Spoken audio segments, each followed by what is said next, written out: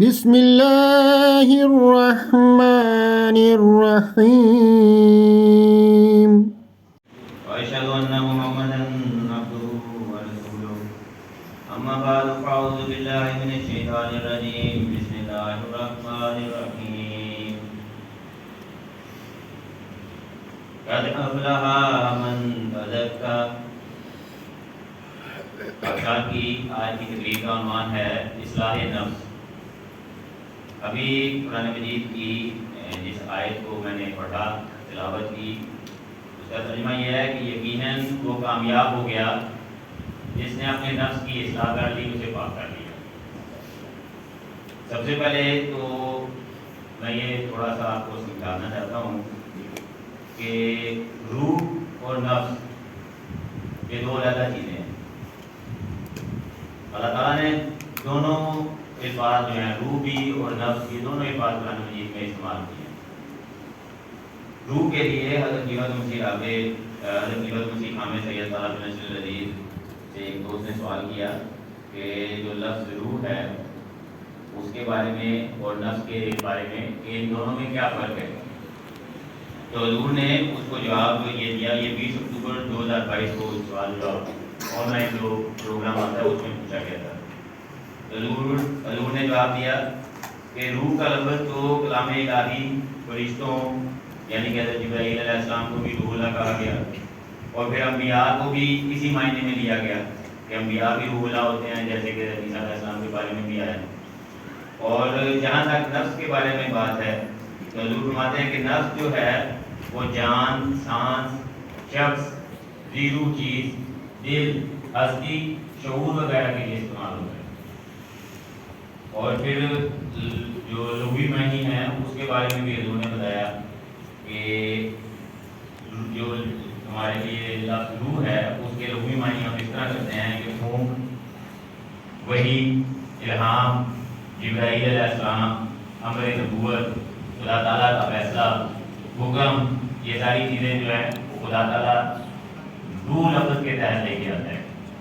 لیکن جو نفس کا لفظ ہے اس کے لیے خدا تعالیٰ اس کے ہم جب اپنی زبان میں ٹرانسلیشن کرتے ہیں، ترجمہ کرتے ہیں، تو اس کے لیے جو ترجمے کے لیے الفاظ سلیکٹ ہوتے ہیں مختلف آیتوں کے حوالے سے، وہ جسم، شخص، جسم اور روح مل کے ایک وجود بناتے ہیں جو انسان کہلاتا ہے، اس کو بھی نفس کہتے ہیں۔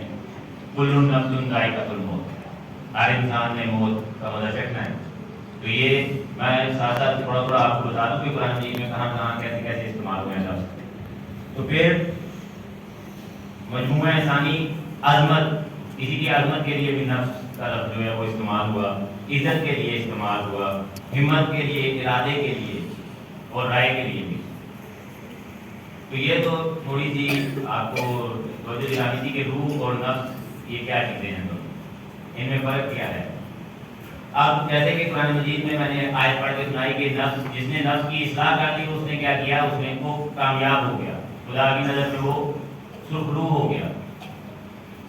اللہ تعالیٰ نے خود اس کی کامیابی جو ہے وہ اس کے نفس کی اصلاح کر دی ہے کہ تمہاری کامیابی صرف اس میں ہے کہ تم اپنے نفس کی اصلاح کرو، صرف اتنی سی بات ہے۔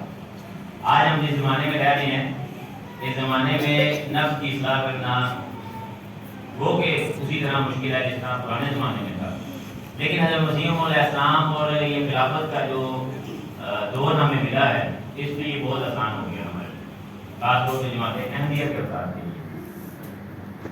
پرانے دوروں میں صوفیاء، اولیاء چلا کشیاں کرتے تھے، ریاستیں کرتے تھے، ورد کرتے تھے صرف اپنے نفس کی اصلاح کے لیے، اور وہ کس درجے تک پہنچتے تھے، مفتی کے درجے تک پہنچتے تھے، صالحین کے درجے تک پہنچتے تھے۔ لیکن حضرت مسیح علیہ السلام کے آنے کے بعد ایک انسان جو ہے وہ نبوت کے درجے تک پہنچا۔ اس کی بھی میں آپ کو ایک چھوٹی سی جو ہے کڑی بتاؤں گا کہ یہ میں نے دو لفظ جو استعمال کیے ہیں، مفتی اور صالح اور پھر نبوت، یہ کیا چیزیں ہیں، یہ آگے بیان ہوگا۔ ابھی اصلاح نفس کے لیے جو طریقے ہم اختیار کر سکتے ہیں وہ کیا کیا ہیں، جو پوائنٹس جو ہیں جو ہم سلیکٹ کر سکتے ہیں وہ کیا کیا ہیں۔ اس میں سب سے پہلے اللہ تعالیٰ نے فرمایا کہ نماز، اصلاح نفس کا سب سے بہترین طریقہ نماز کی پابندی ہے۔ اس کے بعد نماز کے اوپر آگے تقریر میں تفصیل کے ساتھ تھوڑا بیان کروں گا. اس کے بعد ہے قرآن مجید، اس کی تلاوت کرنا، اس کو سمجھنا، اس کے حکمات پر عمل کرنا. اس کے بارے میں بھی آگے یہ پوائنٹس ابھی بتا رہا ہوں جو میں بیان کروں گا. پھر ہے روزہ، بھی قرآن مجید میں اللہ تعالیٰ نے بتایا. پھر نمبر 4 ہے مالی قربانی، اس کا بھی قرآن مجید میں اللہ تعالیٰ نے ذکر کیا. پھر ہے صحبت صالحین، اس کا بھی اللہ تعالیٰ نے قرآن مجید میں ذکر کیا. سب سے پہلے میں نماز کو لیتا ہوں. نماز جو ہے وہ اللہ تعالیٰ قرآن مجید میں فرماتا ہے کہ ان الصلاۃ تنہی عن الفحشاء والمنکر، کہ نماز ہر قسم کی برائی اور بے حیائی سے روکتی ہے. کیسے روکتی ہے؟ کیا نماز لاٹھی لے کے کھڑی ہو جاتی ہے ہمارے آگے جب ہم گناہ کرنے لگتے ہیں، یا کوئی فرشتہ ہمارے لیے مقرر کر دیتا ہے اللہ تعالیٰ جو ہمیں روکتا ہے؟ بالکل ایسی ہے. از خود نماز کچھ نہیں کرتی. نماز کے نتیجے میں ایک لہر جو پیدا ہوتی ہے آپ کے اعمال کے نتیجے میں، اس فضا میں، اس لہر کے نتیجے میں خدا تعالیٰ کچھ فرشتے صرف آپ کی ذات کے لیے پیدا کر دیتا ہے. یہ میرا بندہ ہے، اس نے میری عبادت کی، سچے دل سے نماز پڑھی، آپ تم اس کی حفاظت کرنا. وہ کیسے ہوتا ہے؟ ہم خلوص دل سے اللہ تعالیٰ کی رضا کی رسول کے لیے نماز پڑھتے ہیں، اور پھر خود کو کوشش بھی کرتے ہیں کہ برائی اور بے حیائی اور بےہودہ باتوں سے رک جائیں. شیطان جو ہے وہ ہمارے ساتھ ایسے چپٹا ہوا ہے، نبی پاک صلی اللہ علیہ وسلم کی حدیث بھی ہے کہ ہمارے خون کی گردش جس طرح ہو رہی ہے، جس طرح خون جسم میں گھومتا ہے، اسی طرح شیطان ہماری نسوں میں گھومتا ہے. تو شیطان جو انسان کا سب سے بڑا دشمن ہے، اس سے بچنے کے لیے خدا تعالیٰ کی مدد، اور ہم جب نماز میں جاتے ہیں خدا تعالیٰ کی مدد کے لیے خدا کو پکارتے ہیں کہ اہدنا الصراط المستقیم، تو ہمیں سیدھے راستے کی طرف چلا. تو پھر خدا کے سے یہ جب مدد مانگتے ہیں تو خدا پھر اپنے بندے کی مدد ہی کرتا ہے. حقیقی نماز جب ہماری اصلاح کرتی ہے تو آپ نماز بڑے خشوع و خضوع کے ساتھ پڑھ کے مسجد سے نکلے ہیں. جیسے ہی آپ مسجد سے باہر نکلے ہیں، کچھ ایسے اعمال جو شیطان نے آپ کے نفس کو خوبصورت اور آراستہ کر کے دکھا دیے. مثال کے طور پہ کوئی بھی فضول اور واقعاتی جو آپ بازاروں میں یا انٹرنیٹ پہ دیکھ رہے ہوتے ہیں، وہ اس نے آپ کے ذہن میں ایک امیج بنا کے اس کو سیٹ کر دیا کہ یہ معاملہ بہت ہی پیارا، بہت ہی خوبصورت ہے، بہت مزہ آئے گا، اس کو دیکھو، انجوائے کرو جا کے. یہ شیطان اس طرح وسوسہ ڈالتا ہے. آپ نے نماز پڑھی، شیطان نے وسوسہ ڈالا، نتیجہ کیا ہوا؟ انسان نے اپنی اصلاح نہ کی، سچے دل سے خشوع و خضوع سے نماز نہ پڑھی، اپنی اس نماز کو جو سابقہ نماز ہے یاد نہ رکھا، یا اپنے آنے والی نماز کو یاد نہ رکھا کہ یار میں نے ابھی تھوڑی دیر بعد جا کے پھر مسجد میں نماز پڑھنی ہے، میں نے پھر مصلی پہ کھڑا ہونا ہے، میں نے پھر خدا کے حضور کھڑے ہونا ہے. اگر ہم یہ چیز یاد نہیں رکھیں گے تو یقیناً ہم شیطان کے چنگل میں پھنس جائیں گے. اگر ہم یہ صرف اتنی سی چیز یاد رکھیں گے، یار میں نے ابھی ظہر پڑھی ہے اور میں نے عصر پڑھنی ہے، تو یقیناً جب یہ ذہن میں ہوگا کہ دوبارہ خدا کے حضور جا کے کھڑے ہونا ہے، دوبارہ کس منہ سے اس سے مدد مانگوں گا کہ مجھے شیطان سے بچا. اگر ابھی میں شیطان کا دوست بن جاؤں، ابھی میں اس کی بات مان لوں، تو پھر جب یہ کشمکش چل رہی ہوگی آپ کے نفس کے ساتھ، آپ لڑائی کر رہے ہوگے، شیطان کو اپنے سے دور ہٹا رہے ہوگے، اسی دوران جو میں نے پہلے بتایا کہ ماحول میں ایک احتیاج پیدا ہوگا، اللہ تعالیٰ اس وقت اپنے فرشتے کو کہے گا کہ جا میرے بندے کی مدد کر. شیطان سے لڑنے، اس سے مقابلہ کرنے کے لیے اس کے ساتھ ہو جائے. وہ فرشتہ جب آپ کے ساتھ آ کے مقابلہ کرے گا شیطان کا، یقیناً آپ اس کو پچھاڑ دیں گے. اللہ تعالیٰ اس لیے قرآن مجید میں فرماتا ہے کہ تتنزل علیہم الملائکہ، جو نیک لوگ ہیں، جو صالح لوگ ہیں، ان کے لیے اللہ تعالیٰ کے فرشتے نازل ہوتے ہیں ان کی مدد کے لیے. اور یہ فرشتوں کی تعداد، ان کی مدد اور ان فرشتوں کی جو نازل ہوتے ہیں ان کی قوتیں، یہ انسان کے درجے کے اوپر ہوتی ہیں کہ وہ کس درجے کا نیک انسان ہے. اگر آپ ابھی کوشش کرنا شروع ہوئے ہیں، ایک بچہ جو چلنے کی کوشش کرتا ہے، پہلے 2 قدم لیتا ہے، تو اس بچے کے اندر کتنی طاقت ہوگی، اس کے ساتھ اس کے مسلز کے اندر کتنی طاقت ہوگی. ایسے ہی جب آپ نیکی کی طرف چلنا شروع کریں گے تو آپ کے ساتھ جو فرشتے ہیں ان کے اندر کتنی طاقت ہوگی، اتنی ہی جتنی آپ کے اندر ہے. تو یہ ایسے ہی ہے، جیسے جیسے آپ طاقتور ہوتے جائیں گے اپنے نفس کے خلاف اس کو ہرانے میں، آپ کے فرشتے بھی طاقتور ہوتے جائیں گے. پھر ایک وقت ایسا آئے گا کہ فرشتے آپ کی جگہ آپ کے کام کر رہے ہوں گے. نبی پاک صلی اللہ علیہ وسلم کہہ رہی ہے حضرت مسیح علیہ السلام کے نہیں کیے، خلفاء کے نہیں کرتے. تو یہ نماز یہ ہے جو ہمیں اس لیول تک لے کے جاتی ہے. اس کے بعد تلاوت قرآن کریم. اللہ تعالیٰ نے قرآن مجید میں فرمایا کہ ذالک الکتاب لا ریب فیہ ھدی للمتقین. یہ ہدایت ہے متقیوں کے لیے، اس کتاب میں کوئی شک نہیں. اس کو پڑھو، شروع سے لے کے آخر تک بار بار پڑھو. یہ متقیوں کے لیے ہدایت ہے. ہدایت کیا ہوتی ہے؟ آپ کوئی بھی موبائل خریدتے ہیں، الیکٹرانک کی چیز خریدتے ہیں، اس میں کچھ ہدایات دی ہوتی ہیں کہ چیز کو کیسے چلانا ہے. قرآن مجید میں اللہ تعالیٰ نے انسان کو کیسے چلانا ہے اس چیز کی ہدایات دی ہوئی ہیں. جب آپ اپنے آپ کو کس طرح چلانا ہے، سیدھے راستے پہ رکھنا ہے، وہ جاننے کی کوشش کریں گے، اس ٹو میں لگ جائیں گے کہ انسان کے لیے کیا ضروری ہے. آپ کو فکر ہوگی یار میرے لیے یہ اچھا ہے یا برا ہے. کسی سے نہ پوچھیں، مجھ سے نہ پوچھیں، کسی بڑے سے نہ پوچھیں، صرف قرآن کو پڑھیں، اس کا ترجمہ پڑھیں. خود ہی پتہ لگے گا، اللہ تعالیٰ مدد کرے گا، آپ کی بتائے گا آپ کو کہ یہ تمہارے لیے اچھا ہے، یہ برا ہے. لیکن شرط یہ ہے کہ پڑھنا ضروری ہے. جیسے نماز کا پڑھنا ضروری ہے. اپنے آپ کو اگر چاہتے ہیں کہ ہم اس معیار پہ لے گئے کہ ہم بھی نیک کہلائیں، ہم بھی وہ متقی کہلائیں، تو اس کے لیے یہی شرط ہے کہ آپ تلاوت کریں، اس قرآن کو پڑھیں، ترجمے کے ساتھ پڑھیں. اب متقیوں کے لیے ہدایت ہے، مطلب کہ جس نے پہلے ہی کوشش شروع کر دی ہے اپنے آپ کو نیک بنانے کی، انڈر پروسیس ہے، نیکی کی طرف چل رہا ہے، اس کے لیے یہ ہدایت ہے. متقی وہ ہے جو جیسے کہ نماز کی تشریح میں بھی بیان کیا ہے کہ انسان جب جنگ کرتا ہے، وہ لڑائی کرتا ہے، تو اس وقت متقی کا کام حضرت مسیح علیہ السلام فرماتے ہیں کہ ہر وقت حالت جنگ میں ہوتا ہے متقی. اس کے لیے کوئی لمحہ بھی ایسا نہیں ہے کہ وہ سکون سے بیٹھ جائے. وہ ہر وقت نفس کے ساتھ جہاد کرتا رہتا ہے، لڑتا رہتا ہے. اس کو متقی کہتے ہیں کہ کسی وقت مجھے شیطان پر غلا نہ دے. اور یہ جو درجہ متقی کا درجہ ہے، یہ خدا کے انعاموں میں سے سب سے چھوٹا انعام ہے، ایف گریڈ. متقی کا درجہ خدا کے دیے ہوئے انعاموں میں سے سب سے چھوٹا درجہ ہے، ایف گریڈ ہے. یہ میں کیوں کہہ رہا ہوں؟ یہ میں اس لیے کہہ رہا ہوں کہ اللہ تعالیٰ نے انسان کے لیے جو باقی انعام بتائے ان میں تھا صالحین، صدیق، شہداء اور پھر انبیاء. ایک کلاس حضرت مسیح علیہ السلام. ٹھیک ہے، تو آپ نے کون سا درجہ لینا ہے؟ سب سے پہلے تو ایکوریٹ کا مطلب لینا. صالح کیا کہلاتا ہے؟ صالح اس لیے اس کو صالح کہتے ہیں کہ یہ صلح سے نکلا ہے.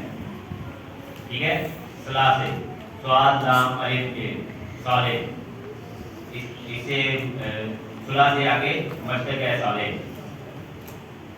اب صالح کا کیا کام ہے؟ اس کا یہ کام ہے کہ وہ مکمل طور پہ اپنے اندر سے برائیاں، بدیاں، قدورتیں، نفرتیں ختم کر چکا ہوگا. تب ہم جا کے اس کو کہتے ہیں کہ یہ ایک صالح انسان ہے، یہ ایک نیک انسان ہے. وہ متقی تو ہوتا ہی ہے، لیکن وہ ذرا اپ گریڈ اس کا ہوتا ہے. اس کے اندر اس کو شیطان پہ اس طرح بدلا نہیں سکتا، کیونکہ اس کا نفس مار چکا ہوتا ہے، اس کا شیطان مار چکا ہوتا ہے. اور اگر ہم صدیق اور شہید کے بارے میں بات کریں تو آپ نے خود بعد میں سنا ہی ہوگا کہ حضرت ابوبکر کو یہ دونوں القابات دیے نبی پاک صلی اللہ علیہ وسلم. شہید اس لیے کہ نبی کی گواہی دی، صدیق اس لیے کہ وہ کبھی جھوٹ بول ہی نہیں سکتے. وہ ہر خدا کی ہر بتائی ہوئی صداقت کے اوپر ایمان لے کے آتے ہیں، ہر صداقت کے اوپر. اور پھر آخری انعام جس کے بارے میں نے کہا کہ یہ سب سے ٹاپ کا انعام ہے، وہ ہے نبوت. وہ چھوٹا محمد جس کے بارے میں حضرت مسیح آپ نے ابھی ہمارے ایک بزرگ ناصر ہیں، انہوں نے اپنی تقریر میں بھی کہا کہ چھوٹے محمد بن جاؤ. وہ انعام ہے، سب سے ٹاپ کا انعام ہے جو آپ نے دینا ہے، جو آپ کا گول ہونا چاہیے، اچیومنٹ ہونی چاہیے کہ یہ میں ضرور اچیو کروں. تو متقی سب سے کم والا درجہ ہے، اور وہ کتاب ہمارے لیے ہدایت ہے. جب ہم اس کو پڑھیں گے تو پھر ہمارے لیے آگے دوسری راہیں کھلیں گی. یہ بھی قرآن مجید نے بتایا کہ یہ انعام ہے جو تمہیں لینے ہیں بعد میں. اس کے بعد مسیح علیہ السلام فرماتے ہیں کہ قرآن شریف کا مد نظر تمام دنیا کی اصلاح ہے، تمام دنیا کی اصلاح ہے، اور اس کی مخاطب کوئی خاص قوم نہیں بلکہ کھلے طور پر بیان فرماتا ہے کہ وہ تمام انسانوں کے لیے نازل ہوا اور ہر ایک کی اصلاح اس کا مقصود ہے. کتاب البریہ میں یہ حضرت مسیح علیہ السلام نے فرمایا ہر ایک کی اصلاح اس کا مقصود ہے. پاکستانی نہیں, انڈین نہیں, انگریزی بولنے والے نہیں, پوری دنیا, چائنیز نہیں, پوری دنیا کے لیے آیا قرآن مجید. ہر دنیا کے لوگ اس سے اصلاح پا سکتے ہیں, ہر زبان کے لوگ پا سکتے ہیں. اس کے بعد نمبر 3 پہ جو روزہ میں نے بتایا, اللہ تعالیٰ نے فرمایا قرآن مجید میں یا ایھا الذین آمنوا کتب علیکم الصیام کما کتب علی الذین من قبلکم لعلکم تتقون. کہ اے ایمان والو, تم پر روزے اس طرح فرض کیے گئے جس طرح تم سے پہلے لوگوں پہ فرض کیے گئے. کیوں فرض کیے گئے؟ پہلے لوگوں پہ کیوں کیے گئے تھے, ہم پہ کیوں کیے گئے ہیں؟ آگے خدا نے خود ہی جواب دیا لعلکم تتقون, تاکہ شاید کہ تم تقوی اختیار کرو, متقی بن جاؤ, وہ سب سے چھوٹے والے درجے پہ آپ آ جاؤ.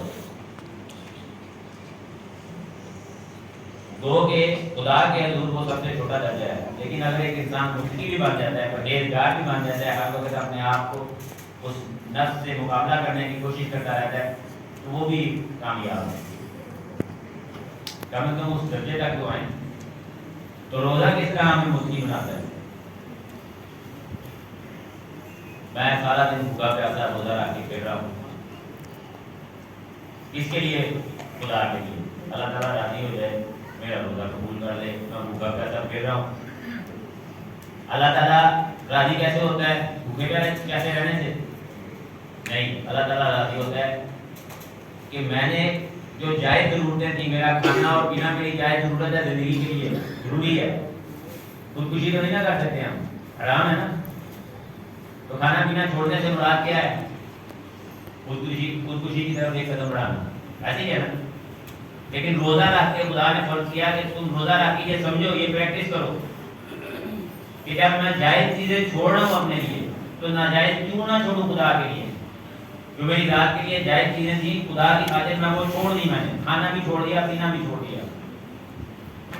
تو جو ناجائز چیزیں ان کو کیوں نہیں چھوڑوں؟ وہ میرے لیے جائز ہیں بھی نہیں, میری زندگی کا حصہ ہیں بھی نہیں, لیکن خدا کی خاطر ہم وہ نہیں چھوڑ سکتے. ہاں ہم کھانا پینا چھوڑ سکتے ہیں خدا کی خاطر. کھانے پینے میں شیطان کو کوئی حرج نہیں ہے, آپ چھوڑنا, شیطان کو کوئی حرج نہیں ہے, رتی برابر کی حرج نہیں ہے. شیطان کو اس میں حرج ہے کہ یہ بندہ نیکی کے کام نہ کرے, اصلاح نہ کرے. جب آپ اس طرف کرتے ہیں تو اس وقت شیطان آتا ہے آپ کو لگانے کے لیے. اس لیے اللہ تعالیٰ نے کہا کہ یہ روزے جو ہیں یہ تقویٰ کا خیال لاتے ہیں, متقی بنانے میں مدد کرتے ہیں. کہ اللہ تعالیٰ کے لیے میں نے جائز چیزیں تو چھوڑی ہیں, ناجائز بھی چھوڑ دوں یار, ابھی تو خدا میرے سے راضی ہو. اصل روزہ تو وہی ہے.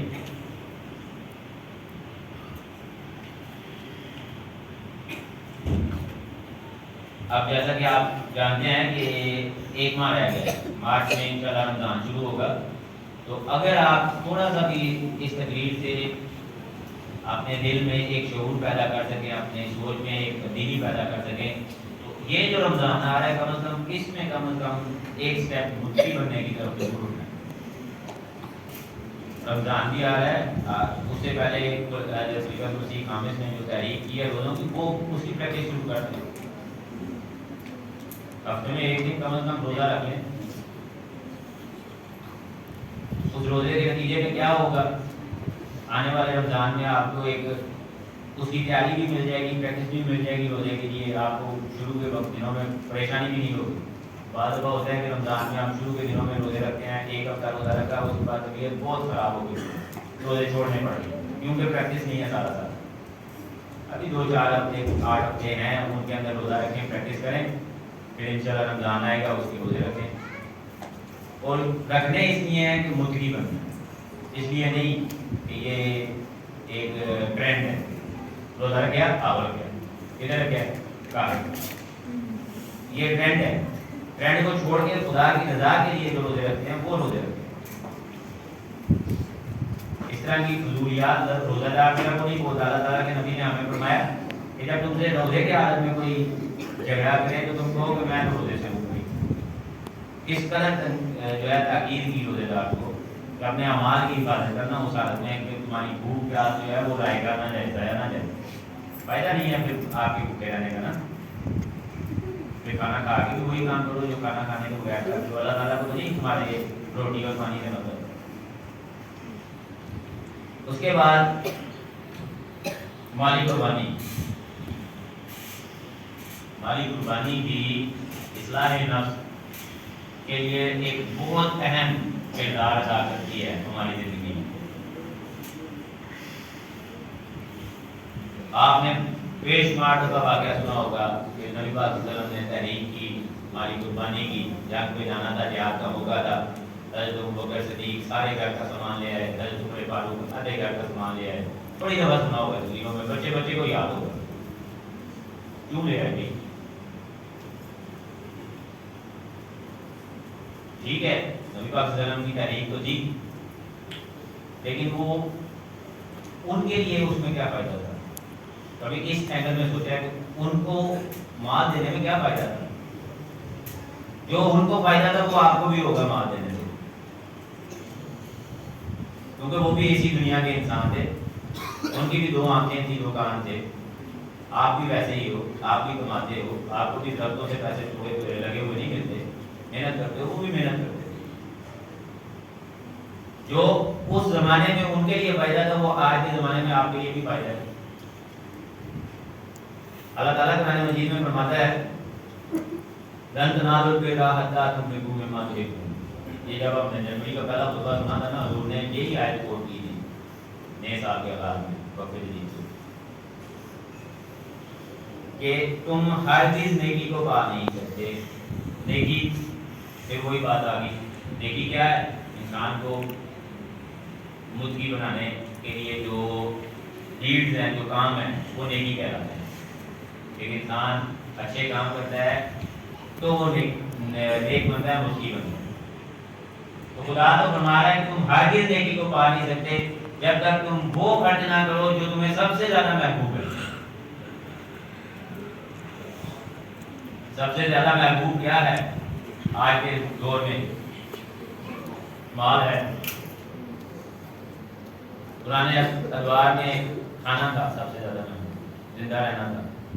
اسی لیے صحابہ کھجورے بھی لے آتے تھے، اناج بھی لے آتے تھے، اونٹ بھی لے آتے تھے، گھوڑے بھی لے آتے تھے. آج پیسہ ہے، کرنسی ہے، پیپر نوٹ ہے. یہ سب سے زیادہ محبوب ہے. اسی کو سب سے زیادہ انسان جو ہے اپنے پاس سنبھال کے رکھتا ہے احتیاط سے. بینکوں میں اکاؤنٹ بنا کے، لاکر سے لاکر بنا کے. یہ انسان کی سب سے محبوب چیز ہے. خدا نے فرمایا جب تک تم یہ نہیں خرچ کرتے تب تک تم نیکی کو پا نہیں سکتے، مطلب تم متقی نہیں بن سکتے. اسی طرح ایک اور جگہ پہ اللہ تعالیٰ نے فرمایا کہ وَأَنفِقُوا فِي سَبِيلِ اللَّهِ وَلَا تُلْقُوا بِأَيْدِيكُمْ إِلَىٰ تَهْلُكَةٍ وَأَحْسِنُوا إِنَّ اللَّهَ يُحِبُّ الْمُحْسِنِينَ. کہ اللہ کی راہ میں خرچ کرو اور اپنے ہاتھوں سے خود کو ہلاک نہ کرو اور بچو. یقیناً اللہ تعالیٰ جو ہے محسنین کو، بچنے والوں کو پسند کرتا ہے. ہلاکت سے بچنے کا ایک طریقہ یہ بتایا، شیطان سے بچنے کا ایک طریقہ یہ بتایا، وہ موقع ہی نہ دو شیطان کو جس موقع سے شیطان جو ہے آپ دنوں کا پیسہ ہوگا، اس کے نتیجے میں فضول خرچیاں ہوں گی. پیسہ ہوگا، اس کے نتیجے میں ایسی ایکسیس ہوگی کہ آپ ایسی چیزیں جو ہیں وہ اڈاپٹ کر لو جو آپ کے لیے نقصان دہ ہیں. مثال کے طور پر پیسہ ہے میرے پاس، میں نے کوئی یوٹیوب کا یا اس کا سوشل میڈیا پہ ایسی ایکٹیویٹیز اختیار کرنی ہے، ایسے گیمیں اختیار کرنی ہے، ایسے لوگوں کے ساتھ میرا اٹھنا بیٹھنا ہو گیا جو شاید میرے پاس پیسہ نہ ہوتا تو میں ان کے ساتھ اس طرح کے رابطے نہ کر سکتا. آپ کے پاس پیسہ ہے، آپ پیسے سے جو ہے اس کو سنبھال کے، اس کو اپنے پاس رکھ کے، بجائے نیکی نہ کرنے کے، آپ اس کو نیکی کے کاموں میں، خدا کی راہ میں خرچ نہ کرنے کے، اپنے پاس جب سنبھال کے رکھو گے تو لازمی بات ہے وہ آپ کو کہے گا کہ یار تمہارے پاس پیسہ ہے، بے شمار پیسہ ہے، تمہیں کسی کی بات ماننے کی ضرورت نہیں ہے، جاؤ جو کرنا ہے کرو. یہ شیطان ہر طرف لے کے جائے گا.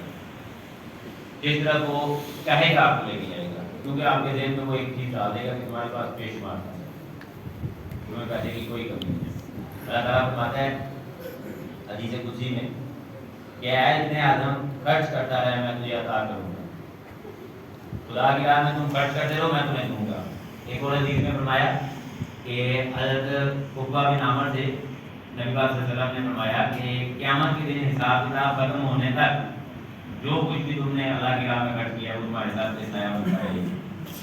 قیامت کے دن حساب کتاب ختم ہونے تک، جب تک کہ آپ کا یہ فیصلہ نہیں ہو جاتا کہ تم جنتی ہو یا جہنمی ہو۔